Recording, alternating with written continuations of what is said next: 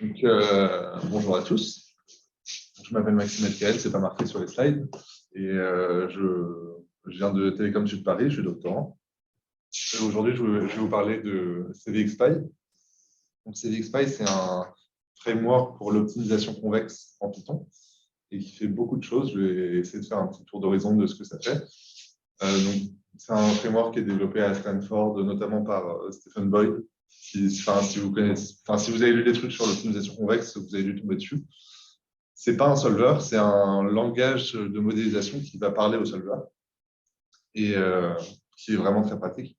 Donc, le début de mon talk, ça va reprendre un petit peu une présentation de Steven Diamond de 2018 à la conférence SciPy.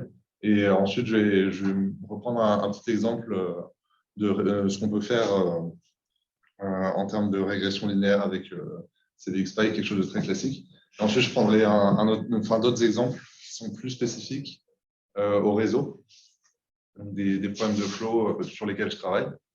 Et on va voir ce qu'on peut faire avec, plein de features de CVXPy qui nous facilitent la vie. Donc, déjà les bases. Qu'est-ce que c'est l'optimisation convexe? Donc, l'optimisation convexe, nous, on va s'intéresser à des problèmes d'optimisation contrainte dans lesquels on va chercher à minimiser une fonction qui va être sujette à des contraintes, donc des contraintes d'égalité qui peuvent être linéaires et des contraintes de la forme fx plus petit que 0. Et donc, les fonctions f0 à fk, elles vont être convexes. On peut avoir un objectif convexe qu'on va minimiser et nos fonctions ici aussi vont être convexes. Et donc, on va devoir choisir les valeurs de x, donc de notre vecteur de variable de décision, qui vont minimiser la fonction objectif. Donc, petit rappel très très sommaire de ce que c'est la convexité en gros. Une fonction convexe, elle va avoir un minimum local, il va aussi être global, alors que ça ne va pas être le cas dans une fonction non convexe. Et si on s'intéresse à ce que c'est un ensemble convexe, en gros, un ensemble convexe, ça va être un ensemble où on peut aller de n'importe quel point, d'un point à n'importe quel autre, sans sortir de l'ensemble. Donc ici, cet ensemble-là, il va pas être convexe parce que pour aller de x à y, on ne peut pas aller en ligne droite de x à y sans sortir de l'ensemble. Donc voilà en très gros les intuitions sur ce que c'est la convexité. Je ne vais pas rentrer plus que ça dans le détail. Le but, c'est vraiment de voir comment on peut faire justement pour résoudre des problèmes de ce genre-là sans s'y connaître trop en maths et de manière assez simple. Donc, oui, on peut poser des questions. Oui, vas-y. Du coup, moi, je ne me connais pas en fait. Et un ensemble non convexe, ouais. Je ne comprends pas trop l'histoire d'y aller avec une. Tu vas forcément représenter un ensemble, un plan, puis si ton ensemble. Oui. Tu peux généraliser. Est-ce que quelqu'un, une mathleuse peut m'aider En fait, ça, quand tu définis dans ce cas-là, ça te donne une paramétrisation en fait, de la ligne droite, et tu peux généraliser ça à fond. Généralement, l'ensemble convexe est convexe si et seulement si, pour toute paire de points de cet ensemble, le segment est inclus. Le segment, pardon, est inclus. Et là, tu as un contre-exemple, donc il est inclus. Ok. Et le segment, tu peux Salut. Donc, ce genre de problèmes, ils sont intéressants parce que on a des algorithmes qui permettent de résoudre des problèmes de ce type-là de manière rapide. Et il y a plein d'applications auxquelles on peut penser. Donc, en machine learning, en traitement du signal, en réseau, en finance. Enfin, vraiment, c'est partout. Dès qu'on va faire l'optimisation, ça va souvent être quelque chose qui va revenir d'une manière ou d'une autre. I guess we switch to English. It's okay. Oh, it's okay in French? Yeah. Okay. As well. Okay. Sure. Yeah. Okay. Donc, pour faire ça, il y a plusieurs méthodes possibles qu'on peut aborder. La première, celle à laquelle on pense souvent, c'est d'utiliser un solver standard. Donc, il y en a plein, des commerciaux comme Gurobi Simplex, des open source comme CVXOpt et HiGHS. Donc, c'est quelque chose qui, a priori, devrait être relativement simple à implémenter, plutôt rapide si les solvers sont bons. Et le défaut, c'est que le problème il doit être en forme standard.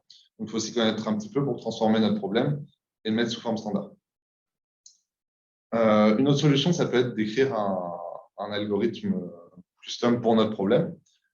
Ça, c'est plus difficile, mais ça peut souvent être plus rapide que les solvers standards. Et la troisième solution à laquelle on peut penser, c'est d'utiliser un langage de modélisation qui va prendre le problème sous sa définition mathématique comme on l'a formulé au départ et qui va le transformer pour nous dans une forme standard qui va arranger le solver. Donc, juste pour illustrer un petit peu ce que je dis par forme standard, si je prends par exemple Gurobi, qui est un des principaux solvers commerciaux, les contraintes convexes qu'il va accepter, elles sont de cette forme-là seulement. Ça, c'est tiré d'une présentation des gars de chez Gurobi. Donc, il faut savoir comment faire pour passer notre problème de la forme mathématique qu'on a trouvée au départ à une forme de ce type-là. Ce n'est pas forcément évident à faire. Donc, nous, on va essayer d'éviter ça avec CVXPy, justement. Donc, l'approche de CVXPy, ça va être on va avoir chaque expression qui va avoir une courbure. Donc, elle peut être soit constante, soit affine en rôle linéaire, convexe, concave ou indéterminée. Donc, vraiment, ça va revenir à avoir un système de type, un peu comme dans les langages de programmation, de nos expressions. Et donc, on va avoir des variables qu'on va définir, des constantes, et différentes opérations entre ces variables et ces constantes qui vont nous faire des transformations. Par exemple, si j'additionne un truc constant et un autre truc constant, ça va me donner quelque chose de constant, etc., etc. Donc, il y a une page que je peux montrer ici qui nous résume en fait un peu toutes les opérations qui sont supportées par CVXPy. Donc, par exemple, si je prends la valeur absolue d'une variable, c'est quelque chose qui va être positif et qui va être convexe. Je vais avoir ça pour plein d'opérations. Je vais pouvoir combiner différentes opérations, etc. Et donc, donc ça, c'est vraiment le principe de base derrière CVXPy. Donc, par exemple, si je prends Oui. Tu emploies le terme de opération. Ça correspond à quoi exactement? C'est par rapport à la dérivée seconde? Par rapport à, pardon. La dérivée seconde c'est vraiment, est-ce que la fonction elle est constante, elle est affine, elle est convexe. En fait, nous, on n'a pas à savoir ce que c'est la dérivée seconde des fois derrière. C'est D'accord, plutôt. À mon avis, connaissant un peu les Boyd and Vandenberg, là, c'est inspiré du vocabulaire que tu as quand c'est deux fois dit dérivable, où effectivement, là, du coup, convexe, ça correspond à dérivée seconde qui a un déterminant positif, en gros. Mais en l'occurrence, je pense qu'eux, ils s'en moquent que ce soit deux fois dérivable, ils utilisent juste le terme curvature dans un sens général ou en gros positif curvature. Oui, c'est juste une généralisation du vocabulaire qu'on utilise habituellement quand c'est deux fois différentiel. En fait, oui, il y a des fonctions aussi, je vais montrer ça justement, qui ne sont pas forcément définies sur ouvert. Par exemple, si on cherche à savoir la curvature de y carré plus 1 sur x, donc on définit une première variable, y, une deuxième variable x. Donc, si je prends y au carré plus 1 sur x, on voit que là, la curvature, elle est inconnue. Donc, on ne saurait pas résoudre un problème là-dessus avec ces extraits, justement, parce que on ne connaît pas, 1 sur x tel quel, ça ne va pas être convexe. Maintenant, si j'utilise la fonction qui est fournie par CVXPy, qui est l'inverse positif, donc qui est définie que sur 0 plus l'infini, là, on va avoir une fonction qui est convexe. Donc là, il arrive à nous donner la curvature, et là, on pourrait faire des choses avec ça, parce que justement, on a une expression qui va être convexe. Donc, en gros, il a un site web sur la page de Stanford, je pourrais la mettre après le talk, qui permet d'explorer ça un peu de manière graphique. Vraiment, c'est l'analyse dans CVXPy, elle est faite en fait à la manière d'un arbre d'opération. Donc, au début, on a x qui est affine et positive. on le fait passer dans la fonction inverse positif, on obtient quelque chose de convexe positif. Ici, on a y, pareil, affine, pardon, pas positif, positif ou négatif. On le passe au carré, on a quelque chose qui est seulement positif, convexe. Et si on additionne deux trucs qui sont positifs, convexes, ça nous donne quelque chose qui est positif, convexe. Et donc, c'est comme ça qu'on fait notre analyse. Et donc, c'est comme ça qu'ils font leur analyse derrière. En fait, ils ne cherchent pas à la dérivée seconde directement de l'opération. Vraiment, c'est par opération élémentaire par atome. Et ils distinguent positive et non négative? Non, non, non. Toujours jamais positive. Il me semble que c'est juste non négative et négative. À vérifier. Il ne me semble pas qu'ils fassent la distinction. Pour la petite histoire, moi, vous savez, j'avais fait une présentation sur l'optimisation convexe en network theory, donc j'avais suivi le cours de Boyd, et il insistait sur un truc, c'est que notre réflexe de lycéen puis préparationnaire pour déterminer si un truc est convexe, ça aurait tendance à être de calculer la dérivée seconde. Mais en fait, ça, en général, c'est assez lourd à faire, etc.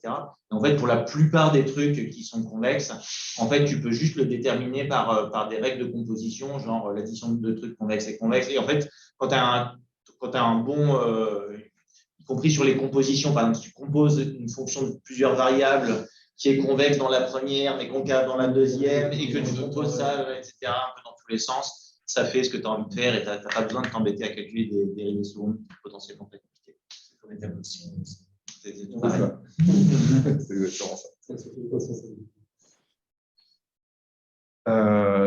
Donc, je vais commencer avec un premier exemple donc de régression linéaire. Donc, le principe donc ça, c'est un exemple qui est tiré de la doc de CVXPy. C'est le principe de la régression linéaire, c'est qu'on a un dataset avec des différents points qui vont donc, nos points ils vont être définis par des features. Donc, ils vont être stockés dans une matrice A. Et on va avoir des mesures pour chaque vecteur de feature, donc, qu'on va être dans un vecteur B. Et donc, le but du jeu, ça va être de trouver la droite qui va fitter les points, c'est-à-dire qui va minimiser la distance entre AX, donc X, ça va être le coefficient, enfin, dans notre cas, ça va être le coefficient directeur de la droite. Et B, ça va être nos features. Donc ça, c'est un truc, je vais montrer un graphique juste après pour que ce soit plus clair. Ça, c'est un truc qui est souvent résolu par descente de gradient, typiquement, et qui correspond en fait à ce problème d'optimisation convexe-là. On va minimiser la distance entre AX et B. Donc X, c'est ce qu'on cherche à apprendre dans le vocabulaire machine learning habituel. Pour nous, ça va être des variables de décision. Donc on va minimiser la norme 2, donc la distance euclidienne de ce truc-là. Donc, si je prends un exemple avec, typiquement, l'exemple, c'est les prix des maisons en fonction de la taille, de la surface habitable. Donc, ici, j'ai la surface habitable. Ici, j'ai les prix des maisons. Donc, je les ai juste plotés avec Matplotlib. Ce que je vais chercher à faire, c'est de trouver la droite qui, normalement, on aimerait bien avoir une droite qui soit à peu près comme ça. Donc, qui nous donne le coefficient directeur. Enfin, on va chercher son coefficient directeur. Donc, combien le prix au mètre carré, finalement. C'est ce qu'on va chercher à calculer. Pour faire ça, je vais mettre donc ma matrice A. Elle va correspondre aux tailles de mes, de mes surfaces habitables. Et mon B, ça va être les prix. Et derrière, ce que je vais faire avec ces extraits, donc je vais définir une variable qui va être mon coefficient directeur de ma droite. Je vais avoir mon objectif qui va être de minimiser donc mon coût qui va être donc sum square, ça correspond à la norme 2 de donc AX moins B. Et donc, tout ce qu'on a à faire avec CVXPy, il sait que cette expression-là, elle est convexe par l'analyse, par les règles de composition. Donc, on va chercher à minimiser ce coût-là. Tout ce qu'on a à faire, c'est probe.solve et on obtient la valeur de notre coefficient directeur. Donc, si je plotte la droite qui correspond, on a bien, a priori, on a bien le résultat qu'on cherchait à avoir. Donc, ça, c'était pour le premier exemple très classique. Donc, on peut aussi implémenter tout un tas d'autres algos de ML dans CGXPy, donc régression logistique, SVM, etc. À peu près tout, enfin, la plupart des algos hors réseau de neurones, ils sont basés sur des choses d'optimisation convexe très souvent. Je vais passer à un exemple qui concerne un peu plus les travaux que je fais dans mon doctorat. Donc le problème de flow multicommodité, je ne sais pas si ça parle à quelqu'un ici. C'est un problème dans lequel on a un graphe. Ici, on a un graphe sur lequel on va chercher à router des demandes. Donc, on va avoir une demande, ça va être ici, par exemple, de router 5 unités de quelque chose du nœud 1 vers le nœud 4. Et une deuxième demande, ça peut être de router 3 unités vers le nœud 6. Et on va avoir des capacités sur nos arcs. Donc, le lien 3-6, par exemple, il peut au maximum supporter 6 il peut au maximum transporter 6 liens. Ah oui, il est infini. Pardon ? Il coûte $6, mais il a. Non, dans mon cas, non. On a des capacités. C'est 2,5 qui a une capacité sur son. Ah oui, pardon. Oui, pardon. Effectivement, oui. Donc, moi, dans mon cas, ils auront tous des capacités de toute façon. Et ils auront tous des coûts de 1. Mais effectivement, oui, dans l'exemple que j'ai pris là, je ne vais pas faire bien l'image, c'est 2,5 qui a une capacité et les autres, ils ont des capacités infinies. Mais nous, on va se concentrer sur des cas où ils ont tous des capacités et on aura des coûts qui seront tous à 1. Je ne sais pas s'il y a des questions là-dessus, c'est clair pour tout le monde. Ok. Donc, j'ai généré un graphe avec NetworkX qui ressemble à ça. Et j'ai généré 10 commodités, 10 demandes différentes qu'on va toutes devoir satisfaire, donc, étant donné des capacités qui sont... Non, je n'ai pas montré la cellule, mais j'ai donné des capacités à chacun. Tu dois les satisfaire en simultané, c'est ça? Je dois satisfaire tout le monde. Et nous, ce qu'on va chercher à faire, on va chercher à faire différentes choses, mais principalement, on va chercher à minimiser le nombre de ressources qu'on utilise. Donc, pour modéliser ça, je propose qu'on ait une variable par arc et par communauté. Donc, je vais les appeler XI, UV. Donc, XI, UV, ça va correspondre à la variable, à la quantité de flow transporté par l'arc UV pour la communauté I. Et donc, voilà. Donc, ce qu'on fait avec CXPy pour définir ça, on pourrait définir directement des vecteurs ou des matrices de variables. À noter que si on a le maximum qu'on puisse faire, c'est des tableaux à 2 dimensions. On ne peut pas avoir des choses à 3, 4, 5 dimensions dans CXPy. Donc, ce que j'ai choisi de faire plutôt, c'est d'avoir vraiment une seule variable et de tout mettre dans des dictionnaires. Là, ici, mon dictionnaire XI de E, il va contenir la variable qui correspond à l'arc E. Ensuite, au niveau des contraintes que je vais définir pour ce problème-là, principalement, il y aura les contraintes de capacité, de demande. Donc, il y a 3 cas possibles. Soit la variable, l'arc, on va regarder par nœud, soit le nœud qu'on est en train de regarder, c'est la source du floppy. Et dans ce cas-là, il doit émettre strictement SI qui correspond à il doit émettre strictement CI, qui est la quantité de flow qui doit être envoyée par mon nœud U. Soit le nœud qu'on est en train de regarder, donc U, c'est la destination, et dans ce cas-là, il doit strictement recevoir CI. Donc la variable, elle doit être négative, elle est égale à moins CI. Et sinon, notre variable, la différence entre ce qui rentre et ce qui sort, elle doit être de 0, parce que tous les nœuds, ils renvoient exactement tout ce qui rentre, sauf ceux qui sont source ou destination. Donc, si je définis ça sur CXPy, je vais avoir un ensemble de contraintes qui va être stocké dans une liste. Et donc, pour chaque contrainte, ce que je vais faire, c'est que je vais itérer pour chaque nœud. Je vais regarder toutes les demandes. Donc, pour chaque demande, je vais faire la somme de ce qui est envoyé, donc des variables qui correspondent à U et son successeur, donc la somme de ce qui est envoyé. Je vais faire la somme de ce qui est reçu par U. Donc, si la demande enfin, si U est source, je vais ajouter une contrainte qui va me dire que la demande elle va correspondre ici à CI. Si c'est une destination, la demande elle va être à moins CI. Et sinon, la demande elle va être à 0. Moi, c'est ce que je trouve vraiment. Vas-y. Ouais. J'ai juste une question qui est peut-être une suggestion. Ouais. Est-ce que tu n'aurais pas juste envie de définir pour chaque nœud une demande qui serait positive si c'est un nœud destination, négatif si c'est une source et 0 si c'est ni l'un ni l'autre, et du coup pouvoir dire dans tous les cas, en fait, la différence entre mes deux sommes, là, ça doit être égal à la demande du nœud, ou à moins la demande. Ouais, ça revient au même. Ouais. Oui, ça revient comme ça aussi. C'est juste pour éviter d'avoir une distinction de cas. Ouais, effectivement.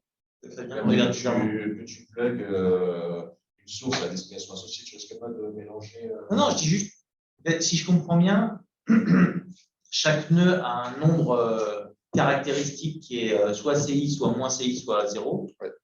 Tu peux décider que son envie de donner de la commodité I, c'est ce nombre-là. Et c'est positif si c'est une source, négatif si c'est une destination, et 0 si c'est ni l'un ni l'autre. C'est juste une façon En fait, d'éviter la distinction de cas en exploitant le fait que dans R, tu as des nombres positifs, négatifs. Oui.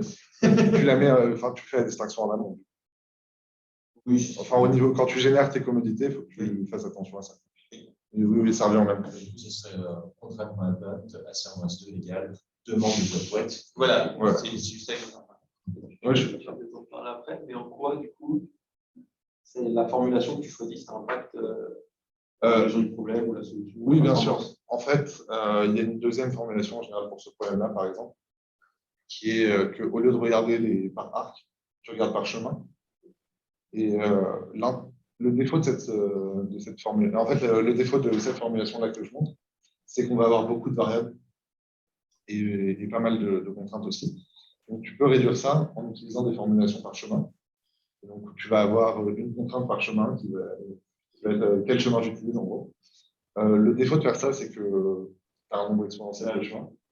Et donc, soit tu dis je regarde que les 10 chemins les plus courts, par exemple, ce que tu peux faire dans les cas où, par exemple, tu regardes le end-to-end, c'est intéressant. Ou sinon, tu fais de la génération de colonnes, je sais pas. Non. Génération de colonnes, c'est tu vas résoudre, tu vas donner, par exemple, le plus court chemin à chacun. Ouais. Tu vas résoudre. Ensuite, tu auras un deuxième problème à résoudre qui va te dire quelle variable tu peux faire rentrer pour améliorer ta solution. Donc, tu vas comme ça. Et du coup, de manière générale, tu as envie d'avoir des formulations où tu n'as pas beaucoup de variables. Pas beaucoup de valeurs possibles pour les variables. Ouais, de manière générale. Ouais. Mais ce n'est pas toujours possible. Et, en tout cas, ce que je trouve, pour l'instant, je pense que je pourrais me dire qu'on peut faire la même chose avec du Ruby, etc. Et je suis d'accord, je montrerai après l'intérêt du truc. Mais en tout cas, l'intérêt de ces formulations-là, c'est qu'elles sont très proches de ce que tu formules en maths. Donc, si on vérifie, là, mes contraintes, elles sont bien affines. Enfin, il n'y a pas de problème là-dessus. Les deuxièmes contraintes qu'on peut imaginer, c'est les contraintes de capacité. Donc ici, ça va être assez simple. Pour chaque arc, on va rajouter que la somme de ce qu'il transporte doit être plus petit que sa capacité.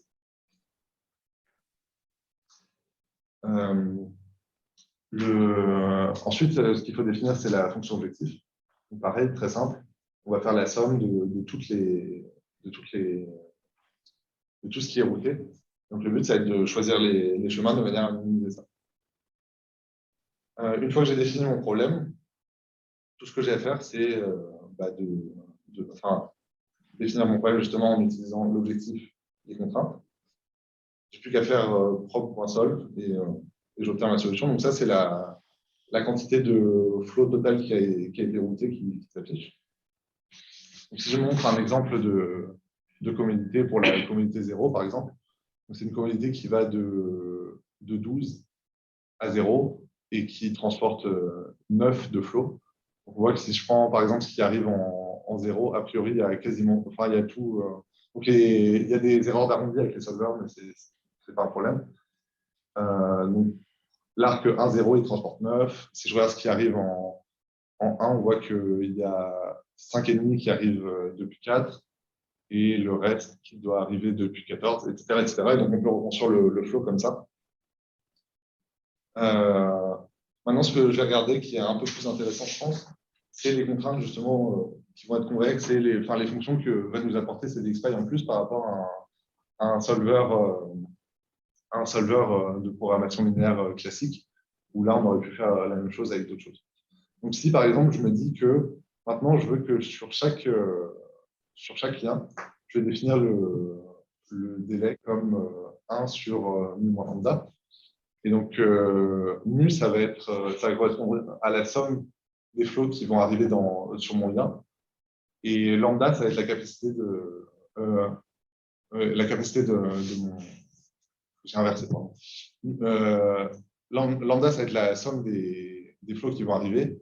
Et mu, ça va être la capacité totale. Donc, je considère que c'est ça mon délai. Et je me dis, je veux que ce délai-là, il soit plus petit que 0,2. Avec CDXPy, tout ce que j'ai à faire, c'est rajouter cette contrainte-là. Et je ne vais pas avoir de problème parce que ma contrainte, elle est convexe. Donc, il n'y a pas à la modifier pour la formuler de manière particulière ou quoi. J'ai juste à l'ajouter à mon programme. Et il va me sortir la solution ensuite, sans aucun problème. Donc là, en l'occurrence, si je résous ce problème-là avec cette contrainte en plus, ça ne va pas faire de différence parce que j'avais que des flots qui étaient petits. Ouais. Mais c'est le genre de contraintes qui peuvent être intéressantes. Ensuite, quelque chose d'autre qu'on pourrait imaginer faire, c'est de dire que plutôt que minimiser la somme de nos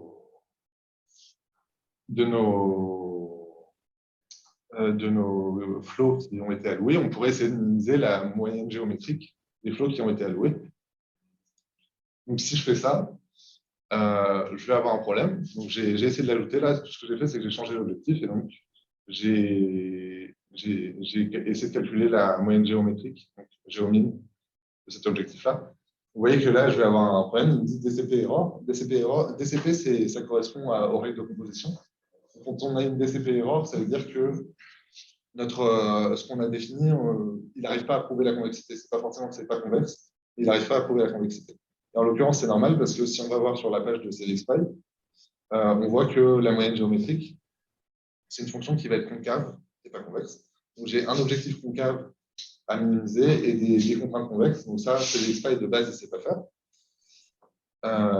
Mais par contre, ce qu'on peut faire, c'est utiliser DCCP, qui est un autre package de l'univers de CDXPy. Et DCCP, ça veut dire Discipline Convex Concave Programming. Donc, si j'utilise ça, on va avoir. Il va finir par nous sortir une solution qui est. OK. C'est à cause de ce que j'ai rajouté après dans le problème. Mais en tout cas, il nous sort une solution qui n'est pas forcément optimale, mais qui est de ce que j'ai testé souvent très bonne. Donc, c'est une heuristique qui marche plutôt très bien. Et en général, en première approximation, c'est pas mal, ne serait-ce que pour faire des comparaisons.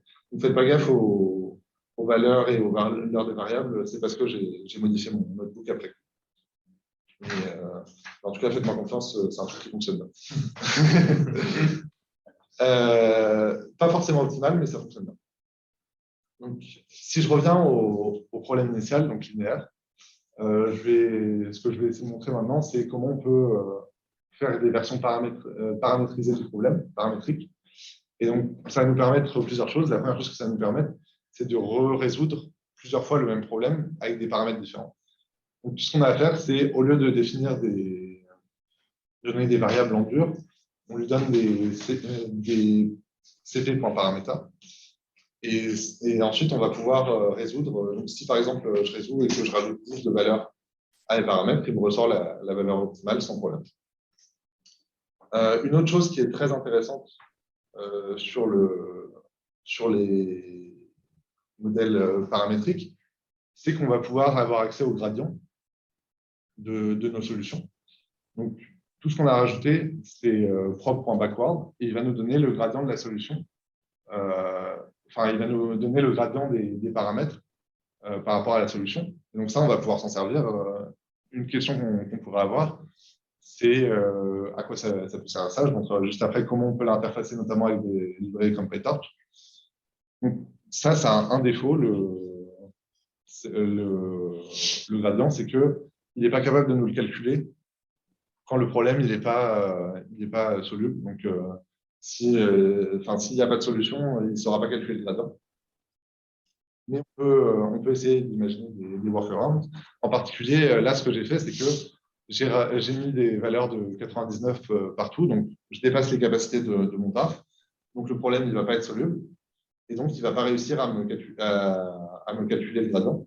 En même temps, ça c'est raisonnable comme réponse quand même, non? C'est raisonnable, mais ce n'est pas forcément ce que tu veux, parce que si tu cherches typiquement à passer ça, à intégrer ça, par exemple, dans un réseau de neurones, Oui. ton réseau de neurones, tu ne sais pas à l'avance ce qu'il va te renvoyer, et peut-être que tu as envie d'avoir juste des valeurs qui vont te diriger vers l'optimal sans que ce soit, enfin, qui vont te rediriger vers l'espace des solutions réalisables. D'accord. Mais donc, oui, donc là, tu lui as quand même donc donné un cas où le problème tel que tu l'as formulé n'est pas réalisable. Oui, là, j'ai fait exprès, et c'est parce que, après, si tu fais ça de manière automatique, tu peux avoir des choses qui te renvoient des choses pas réalisables, et tu as envie de rediriger, entre guillemets, vers l'espace des solutions réalisables. Et ce que je veux dire, c'est que, je sais pas, moi, naïvement, ce que j'aurais envie de faire dans ces cas-là, c'est transformer ton problème, qui dans certains cas n'est pas réalisable, en un problème qui est toujours réalisable. C'est-à-dire dire, au lieu de dire je veux que ça respecte exactement les contraintes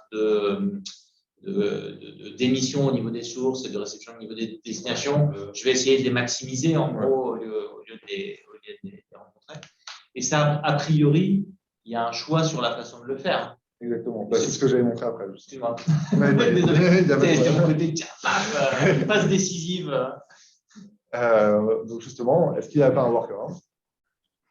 Donc, ce que je propose de faire, par exemple, pour ce problème-là, c'est d'introduire des variables d'écart qui vont être positives. Et donc, nos variables de flow, elles ne doivent pas être plus petites que la capacité, elles doivent être plus petites que la capacité, plus la variable d'écart qui lui correspond. Et ma fonction objective, je vais la transformer pour qu'on ne cherche plus simplement à minimiser la somme des flows qui vont passer. On va chercher à minimiser la somme des flows qui vont passer, plus M, qui va être une très grande constante, fois la somme des variables d'écart. Et donc, en gros, normalement, ce qu'on aimerait bien que notre modèle fasse, c'est d'abord trouver quelque chose de réalisable, donc, où toutes les variables d'écart vont être à 0, et ensuite essayer de minimiser la quantité de flow qui va passer. Je ne sais pas si c'est clair. C'est clair. Donc, comment je fais ça en Python? Bah, pareil, je vais définir un ensemble de variables d'écart dans un dictionnaire, une par arc. Et ensuite, pour chaque arc, ce que je vais faire, c'est que je vais rajouter à mes contraintes. Là, j'ai redéfini mon ensemble de contraintes. Hein. On suppose qu'il n'y a plus les anciennes contraintes. Et je vais avoir donc la somme est plus petite que la capacité plus les variables d'écart. Et du coup, là, du coup, donc, tel que c'est formulé, j'ai l'impression que tu ne donnes pas le M, en fait. Ouais. Et du coup, lui, en pratique, est-ce que tu sais comment il fait? Est-ce qu'il fait lexico, c'est-à-dire… Si, je donne le M. Ah, pardon. Regarde. Ah oui, pardon, il est là, le M. Tu dois pouvoir définir des trucs lexicographiques par-dessus. Mais là, j'ai juste mis un truc de bourrin, quoi. Parce que là, en fait, c'est ce que tu auras envie de faire. Tu auras envie de dire, je veux d'abord réduire les slack variables à 0 si c'est possible, et ensuite, si c'est possible, optimiser le truc. Ouais. Et c'est vrai que peut-être que ce qui serait plus intelligent de faire, en l'occurrence, ce serait soit de voir s'il a un truc directement lexicographique, soit ce 1000-là, tu mets plutôt un paramètre et tu fais en sorte qu'il soit au maximum de tes capacités, j'imagine, quelque chose comme ça. Oui, enfin, suffisamment. Maximum mais c'est vrai que là, en mettant un M grand, en fait, ce que tu fais, c'est que tu essayes d'émuler du lexico. Ouais. Donc, si je fais ça, vous voyez que donc, pour le problème de base, j'obtiens la même valeur de la fonction objectif et je peux toujours récupérer les gradients. Maintenant, si j'ai un problème où je mets mes valeurs beaucoup trop élevées, je peux toujours résoudre et j'aurais pu infini, enfin j'aurais pu infeasible, j'aurais une valeur qui est n'importe quoi, mais enfin, ça vaut infini en fait, et on va pouvoir récupérer le gradient. L'intérêt de faire ça, c'est que derrière, on peut intégrer un problème défini dans ces expressions dans CVXPy avec des frameworks de deep learning, et donc s'en servir un peu comme des sortes de couches neuronales, en fait. Et donc là, c'est ce que j'ai fait. Ce qu'on fait pour faire ça, c'est que on redéfinit des paramètres. Enfin, j'ai redéfini des paramètres. Pourquoi j'ai redéfini? Oui, pardon. J'ai redéfini les paramètres sous forme de liste parce que le CVXPy Layer, là, il est un peu capricieux. Il prend qu'une liste de paramètres en entrée. Et j'ai redéfini des variables parce que, pareil, non, pardon. Les variables torches, c'est parce que il faut lui redonner lui redonner sous forme de liste aussi des variables. Et donc, ici ensuite, quand je définis ce qu'on appelle la layer, qui pourrait être intégrée à un réseau de neurones, je vais lui passer la liste de paramètres, la liste de mes variables. Et derrière, ce qu'il faut aussi que je fasse, c'est que je définisse des tenseurs donc de PyTorch pour chaque paramètre. J'ai plus qu'à passer ça en argument à ma couche. Et lui, derrière, il s'en sert vraiment comme si c'était un réseau de neurones classique. Et donc, on peut vraiment se servir de ça dans des réseaux de neurones. J'imagine que ça pourrait notamment avoir des applications en NLP. Je ne sais pas si je dis des bêtises, soit bien. Il me semble avoir vu des papiers où il y a des trucs où tu intègres des trucs genre TF-IDF, des centroïdes, des choses comme ça dans un réseau de neurones. Je ne sais pas si c'est des choses que… C'est des trucs sur lesquels je dois m'attaquer, mais là, je vais justement dire une connerie si je te… D'accord, ok. Mais de ce que j'ai vu, c'est en particulier pour le NLP, ça semble prometteur. Moi, j'aimerais bien essayer ça aussi parce que j'ai des problèmes où en fait, on fait des choses avant. J'ai des problèmes de flow, en fait, qui sont définis par d'autres problèmes que je dois résoudre avant. Donc, ce qui pourrait être intéressant, c'est peut-être de tout faire ensemble. À voir. Donc, moi, je trouve une des features les plus intéressantes de CVXPy actuellement. Donc voilà, je suis en avance. Au niveau des takeaways, si votre problème est convexe, je vous conseille d'utiliser CVXPy. S'il n'est pas convexe, mais que vous pouvez dire des choses et qu'il est convexe concave, qu'il est multiconvexe. Donc multiconvexe, ça veut dire qu'on a en gros des multiplications de trucs convexes.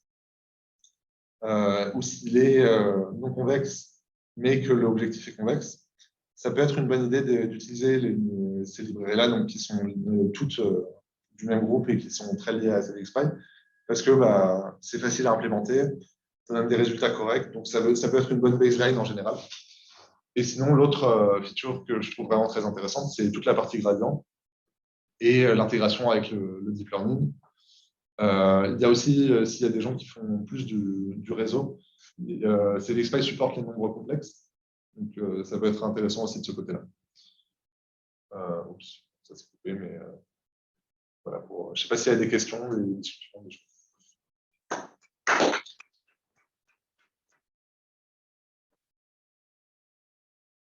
Alors, moi, par exemple, pour ce qui est pur convexe, j'ai plutôt récemment découvert le LinProg de SciPy et je suis plutôt content avec, en fait. LinProg, c'est pas que linéaire? C'est… oui. Ouais. C'est convexe. C'est ce que je disais.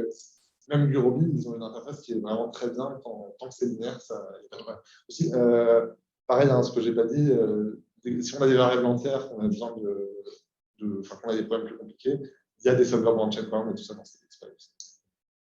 Une histoire de question. Ta référence NLP Torch, ça, c'est quel truc je peux retrouver. Je ne l'ai pas en tête, mais je peux retrouver. J'avoue que ça m'intéresse. Si je ne me trompe pas, il y a vraiment des trucs où le deep learning marche vraiment moins bien que les trucs classiques. Ouais. Et donc, Je cherchais à évaluer les deux, c'est un truc sur lequel je travaille. Ok. Question à distance ou sur place d'ailleurs.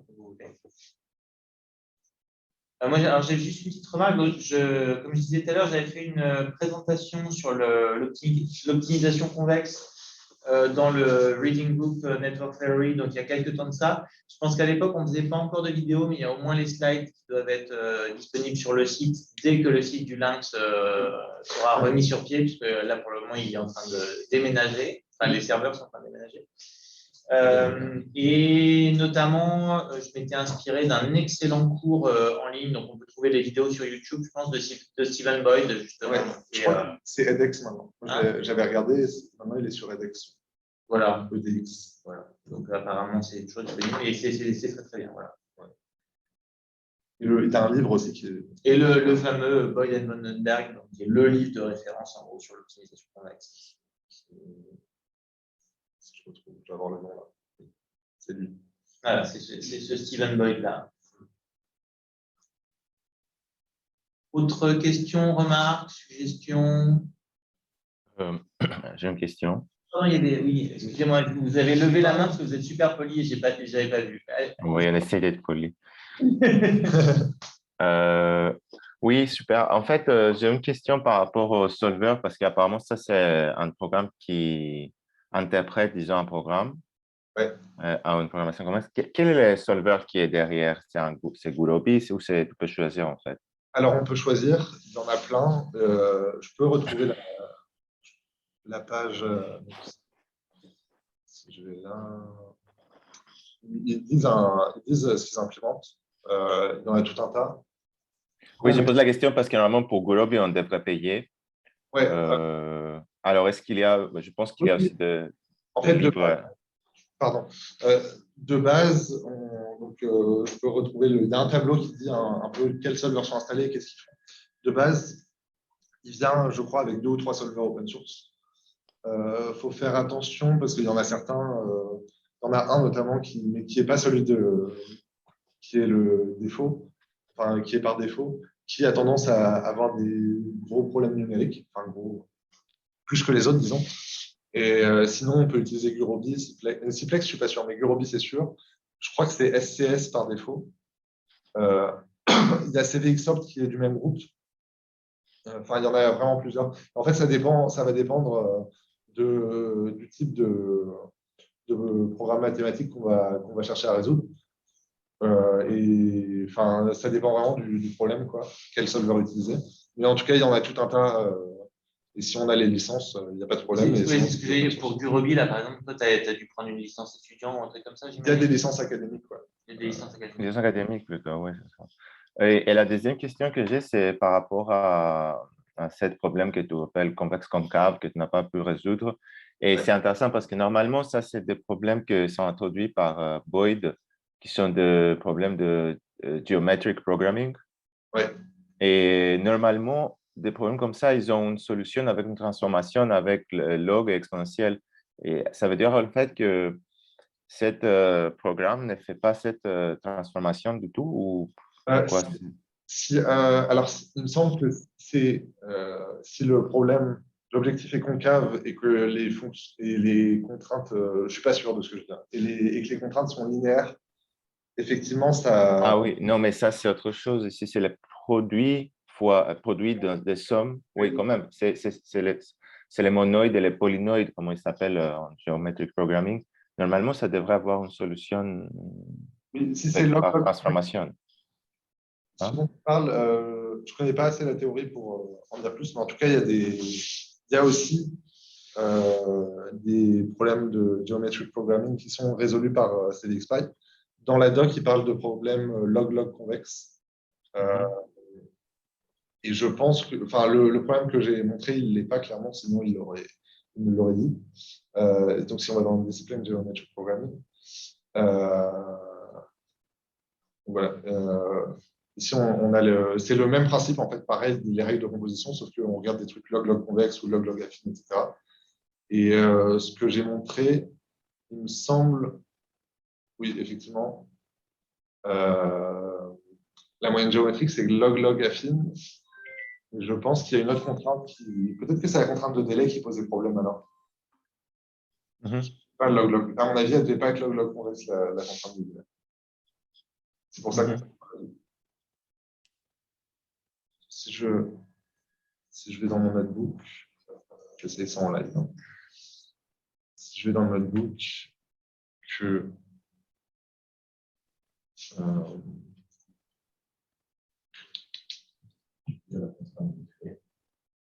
c'est ça. C'est après. Précise. Elle est là. Ouais. Mais reclute les contraintes, la réinitialisation. Oui, mais Je peux les remettre en état. ça va comme ça en bon bourrin. Ah, tu as fait un ball. Si je repars Moi, je de. pensais juste évaluer celle-là. Attends, parce qu'elle est. Si je repars de là, ça. On va vérifier tout de suite. Hop, hop, hop, hop.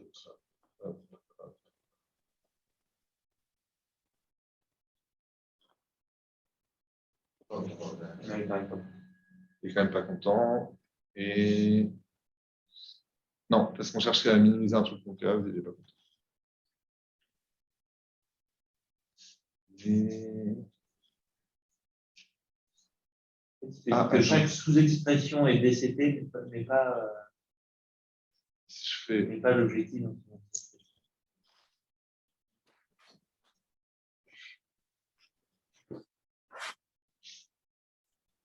Non, il n'est pas DGP non plus. Donc, il est. Donc, ça ne lui convient pas, même. Il n'est pas géométrique non plus, mon problème. Là, ça va. Effectivement, ça, c'est. Céline, tu avais une question aussi? Ouais, j'en avais une, c'est vraiment une toute petite question de détail. En fait, il y a un moment dans un slide, tu avais une expression du type A majuscule, arrobase, X. Ouais. Et je sais pas si je suis peut-être une newbie en Python, mais je voyais pas trop ce que ça voulait dire. Ouais, voilà, tu viens de la passer. Encore à droite, encore. Ah, bah là, voilà. Ça correspond à. C'est d'autres. C'est d'autres, ouais. D'accord. Et du coup, c'est pas juste pour ce package-là, c'est vrai. Enfin, tu peux l'utiliser en général, par exemple, quand tu utilises NumPy. Ouais. D'accord, ok. Et l'autre question que j'avais, c'était un peu plus intéressante, j'espère. Justement, quand tu as des fonctions dont tu sais qu'elles ne sont pas convexes, mais tu sais que tu as toujours un minimum local. Est-ce que, comment dire, un unique minimum local qui est global, genre, tu vois, genre une fonction comme ça. Oui, vois, alors. Là, ce type de fonction, tu sais que tu as un minimum local et qu'il est unique. Et ça peut se produire également en plus grande dimension. Et dans ce cas-là, est-ce que tu peux utiliser le même framework pour le trouver ou il risque d'y avoir des problèmes à certains moments? Alors, il me semble que oui, de mémoire, ça s'appelle pseudo-convexe. Mais. Ou alors, c'est un nom du style, et je suis quasiment sûr d'avoir déjà utilisé ça dans CVXPy. Attends, je vais vérifier parce que c'est. Quasi-convexe, pardon, peut-être. D'accord. Ah oui, donc tu dois montrer que, je ne sais plus la caractéristique exacte, mais tu as aussi une condition. D'accord. Ouais. Enfin, il y a une condition qui correspond dans CVXPy, j'en suis quasiment sûr, parce que je l'ai déjà vu passer. Et il me semble qu'ils appellent ça quasi-convexe. Et pareil, en fait, ils ont aussi il y a aussi des règles de composition qui sont définies. Alors, ça ne veut pas dire que c'est comme pour la convexité, en fait. Ça ne veut pas dire que ça marchera pour toutes les fonctions convexes, mais il y a un grand nombre de fonctions convexes pour lesquelles le travail a déjà été fait. Et disons que si on peut faire le travail avec des règles de composition, alors ce sera fait par le framework. Et de la ça le fait pour les problèmes convexes, ça le fait pour les problèmes quasi-convexes. D'accord, ok, super. Merci. De mémoire, il me semble que quasi-convexe, en gros, la définition, c'est que pour toute valeur X, pour toute valeur Y, pardon, l'ensemble des trucs tels que f de X soit plus petit que Y est convexe. Ouais. Et enfin, c'est ton dessin. Okay. Et, oui. Tu peux aller voir ce papier-là, mais C'est sûr qu'il te reprend les définitions. Et du coup, comme ils ont publié ça, tu peux être quasiment sûr que c'est implémenté dans CDXPy parce que quand tu as le discipline qui va avec, en général, c'est implémenté dans CDXPy. Ok, merci. D'autres questions? Tu dois avoir. Si je retourne dans mon notebook, on peut tester. Si je fais un probe.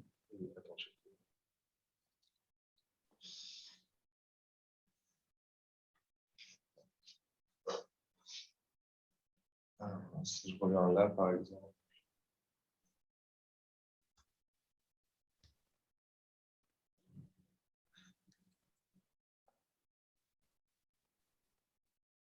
Il n'y a pas DQP. Non. J'aurais parié que DQP, ça aurait pu être discipline quasi-convexe programming. Ça se tentait. Ah, DQCP, voilà. Donc, oui, c'est implémenté. Donc, DQCP, discipline quasi-convexe programming. Ok, merci. Question par rapport à la terminologie discipline, c'est pourquoi tu utilises ce terme? Parce que tu respectes les règles de composition. J'aurais toujours une dernière question. Il fut un temps, on disait aux jeunes, réfléchis pas à utiliser Simplex. Je ne sais pas si certains s'en souviennent. Mais est-ce que c'est toujours le cas aujourd'hui? Est-ce qu'il y a toujours un écart entre Simplex et les autres serveurs, les autres solveurs? Je suppose qu'il y a de la bonne à côté aussi. Alors, moi, je n'ai pas beaucoup utilisé Simplex. Ce que j'ai vu, par contre, c'est que Gurobi, a des très bonnes performances. Et de ce que j'ai pu lire, c'est kiff-kiff entre Gurobi et Simplex. Et du côté des gratuits. Du côté des gratuits, en fait, le problème des gratuits, c'est qu'il y a beaucoup de trucs très vieux avec des très vieilles codebases qui n'ont pas trop été touchés parce que personne ne se fait grand-chose, surtout avec tous les problèmes numériques qu'on peut avoir. Et donc, tu as des trucs gratuits qui sont un peu vieux. Et là, il y en a un qui est récent, que j'ai mis dans les slides qui s'appelle HighGHS, qui est relativement récent et qui, a priori, est celui où il commence à y avoir des choses qui sont implémentées, qui est pas mal, quoi.